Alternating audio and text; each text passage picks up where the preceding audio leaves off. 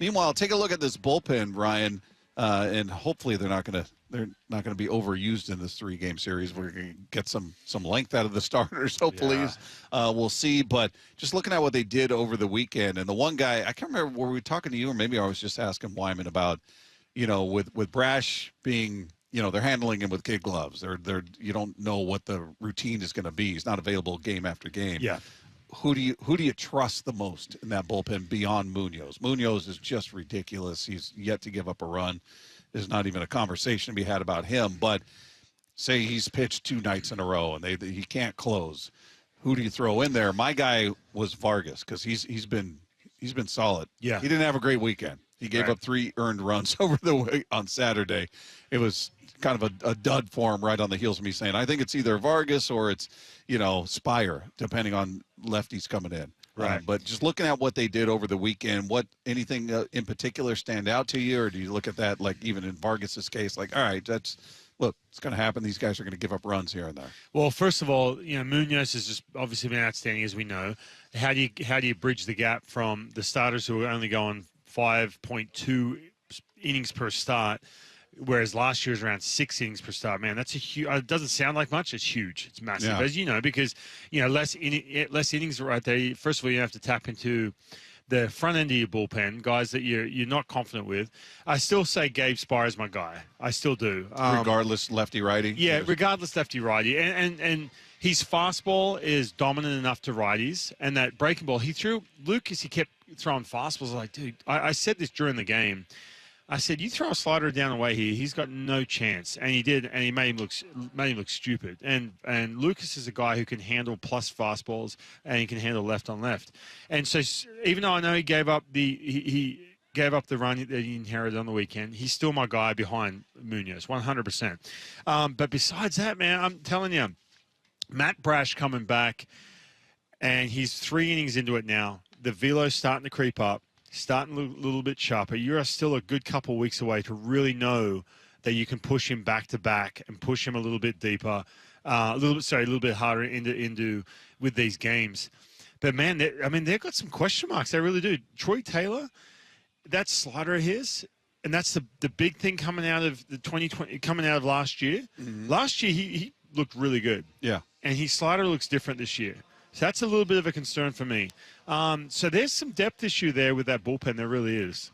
Is there anybody that – I'm not going to have you throw anybody under the bus, but anybody that you look at when they come into a game and you're going, all right, buckle up, or I hope you got a cushion, or they've taken turns. I mean, Thornton, who's hurt right now, he's a guy who got him out of a horrible situation. Was against the Reds, I think. Came in and got him out of a bases-loaded situation. But then we've seen him get lit up as well. Bizardo, I think, may have pitched more innings than anybody in the bullpen, I think. Yeah. And he's been kind of hot and cold, too. Very inconsistent. I'm not going to throw him under the bus, but Bizardo, he's had flashes of really good when he can land that slider in the strike zone. And then there's flashes like, oh, here we go, 2-0 again, and here comes fastball, and it's going to be straight. It's not going to have that same depth because you're trying to make sure you're in the strike zone, and that's when he gets hit. So he's just been inconsistent, like I said. But he's kind of had that. I don't want to throw him under the bus because, man, he's been thrown to the wolves a couple times in the sense of he's had to go multiple innings and then get right back out there in a high leverage spot. Mm-hmm. It's like, man, they're really using him up here. And Vargas too. Look, Vargas is good, but you just don't know yet. You don't know if you're going to have that consistency. So those two guys, and they've filled a huge gap in regards to being able to cover multiple innings because the rotation hasn't gotten deep. But there's still that element of, okay, what are we going to see here tonight? Consistency, which kind of scares you a little bit. But like I said, man, the depth is an issue here with this bullpen, in my opinion. You just lost Trent Thornton. I know he's been inconsistent as well. But you lost him, and you're looking around going, okay, if you can firm up, and I said this when we first got on the air, if you can firm up the 7th, 8th inning, Matt Brash, if he can look like he did just the other night, maybe get another piece here when you're talking trade deadline down the track, and that starting rotation can firm up and all of a sudden you're pushing towards 6 innings, then you're in good shape. But as it stands right now, there's a lot of question marks. So this team has played 39 games to this point. We talked to John Morosi, and he brought this up, and I'm curious to get your take as a guy who pitched out of the bullpen so you know about wear and tear. On Andrez Munoz to this point has pitched in 18 games. He's thrown 18 innings. And he was talking about, hey, that they're asking him to do a lot early. That's something they're going to have to monitor. Like, he felt like they're maybe getting close to overusing him. Do you feel that way, that 18 games, he's gone 18 innings, still has yet to give up a run, but does that seem like a high number for him through 39 games? Well, a couple of things to think about here. I think he was getting, at this point, when we're talking today, which is May 12th, today as in last year, he had 7 games where it was multiple innings. That wears you out more for a couple of reasons than the amount of appearances he's made. And I'll say that because this. Number one, getting to this max effort mode in the 8th inning, then having to sit down and then do it all again for 3 outs. When it's highest leverage as it comes in the 9th inning.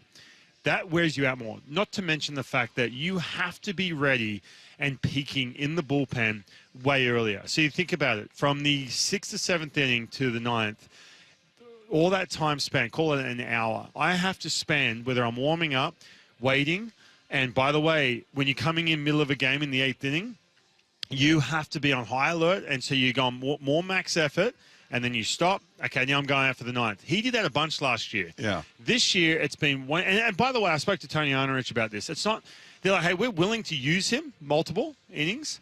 It's just kind of worked out this way. And I'm telling you, it's better, though, right? 100%. Now, yes, he's trying a lot.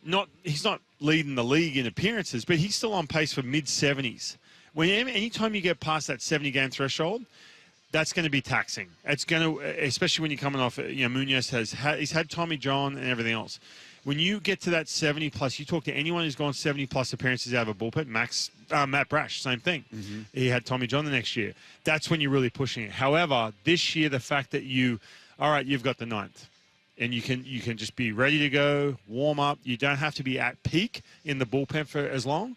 Come in, and you don't have to sit down, heart rate drop, and then go back out. It's way less wear and tear. How different is that mentality? Because you were a starter, you've been bullpen, you've done both. I mean, just being a guy, you don't know when your number is going to get called. You get up, just the mentality. Is it? I'm going out here and I'm leaving it all out on the field because I know I'm only going to be in there for. Yep.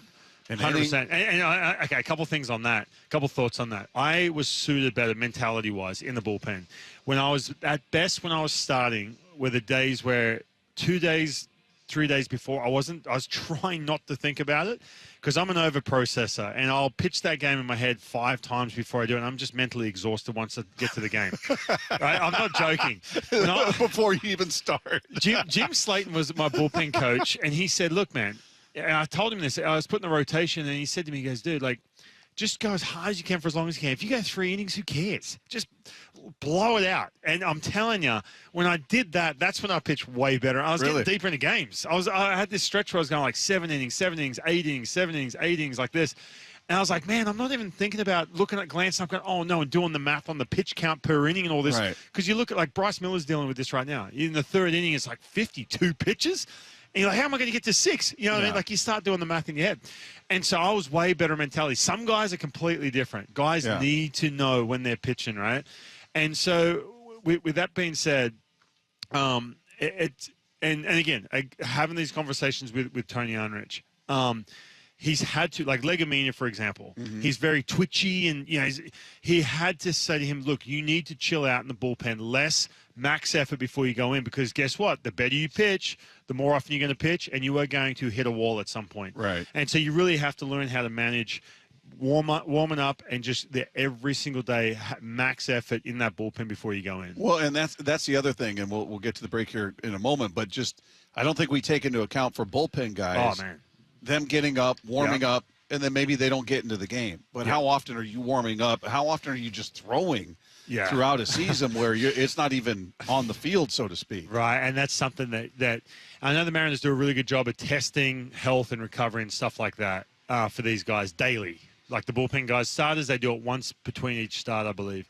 But for the bullpen guys, they do it daily, and which is really smart because it takes a toll, man. It really does. I remember Chris Rietsma, who we had, he was a bullpen guy when I was pitching. He goes, dude, you got to chill out, because I was one of these. I had to be perfect in the ball. I throw a CG complete game before I'd go in to make sure I was ready to go, because I'd be spinning this crappy slider in the bullpen. I'm like, that's going to get murdered. So I just kept throwing it, like trying to get it down. I was trying to overcompensate. And he goes, dude, you need to throw way less in this bullpen. And I had to learn quick, because man, I started pitching better, and guess what? I was getting worn out. So I love that you were mentally exhausted by the time your start came. Oh yeah, Inning always. one, you're up there just going, I'm defeated. Oh yeah.